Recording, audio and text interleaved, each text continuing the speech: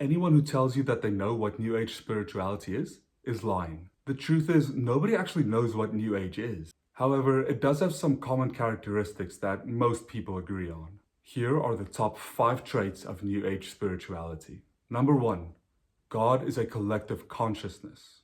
New Agers don't really believe in the personal God of the Bible. They believe that God is fundamentally all consciousness. To put it in more visceral terms, it's kind of like we take all consciousness, subdivide it into different categories and different segments, and distribute that to all living creatures. The idea of all is one from Advaita Vedanta, which is a form of Eastern spirituality, is pretty common in New Age thought. The concept of all conscious things being a part of the divine kind of segues into the idea that humans are kind of like demigods, that we are creative spiritual beings as opposed to just God's pawns. Needless to say, this idea has caused a lot of friction between religionists and New Agers. I think that in principle, at least, it makes sense. If God is conscious thought, and conscious thought is subdivided into all human beings, and consciousness is creative, then surely human beings must be creative in that sense as well.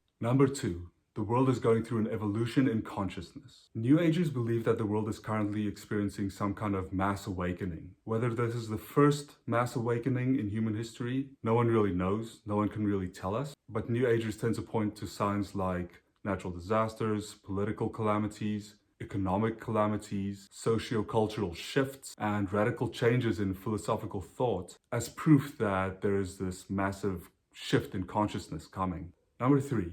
All religions are valid. One interesting trait about New Age spirituality is that it seems to encompass lots of religions. In fact, it supposedly encompasses all religions. That said, it seems to have more of a taste for Eastern spiritual philosophies like Buddhism and Hinduism. We see themes of reincarnation, karma, energy work, chakras, all being very common among New Agers. Although it's hard to pinpoint when New Age spirituality actually started, it seems as if it really took off in the 1970s, likely because people were starting to get fed up with Christianity, capitalism, all forms of organized religion, and Western thought in general, which is considered very consumeristic, materialistic, and devoid of any kind of intrinsic spiritual essence. Because people kind of found a stink in Western civilization during the 60s and 70s, I believe that Eastern theology and mysticism became very palatable. Number 4.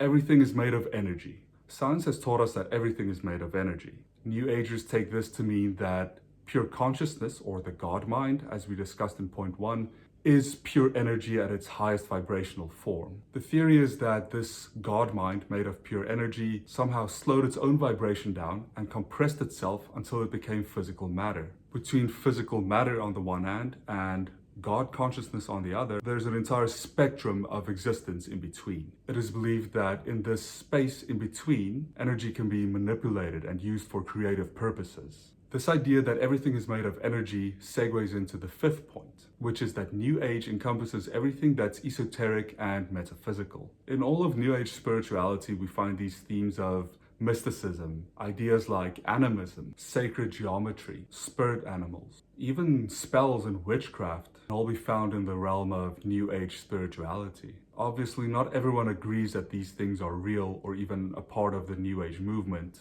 which furthers the point that New Age is extremely hard to pinpoint and define. If we were to expand the scope of the definition, we'd also include topics like the law of attraction, star seeds, indigo children, astrology, quantum mysticism, and the use of psychedelics. Because New Age per definition does not have boundaries, there is just so much that can't be covered in one video. So for now, we're going to leave the definition at those 5 traits mentioned earlier. This can be a very flammable topic. So I want you to think for yourself and determine what you believe is true, not just what I or other people say. So as always, keep expanding, and I will see you in the next video.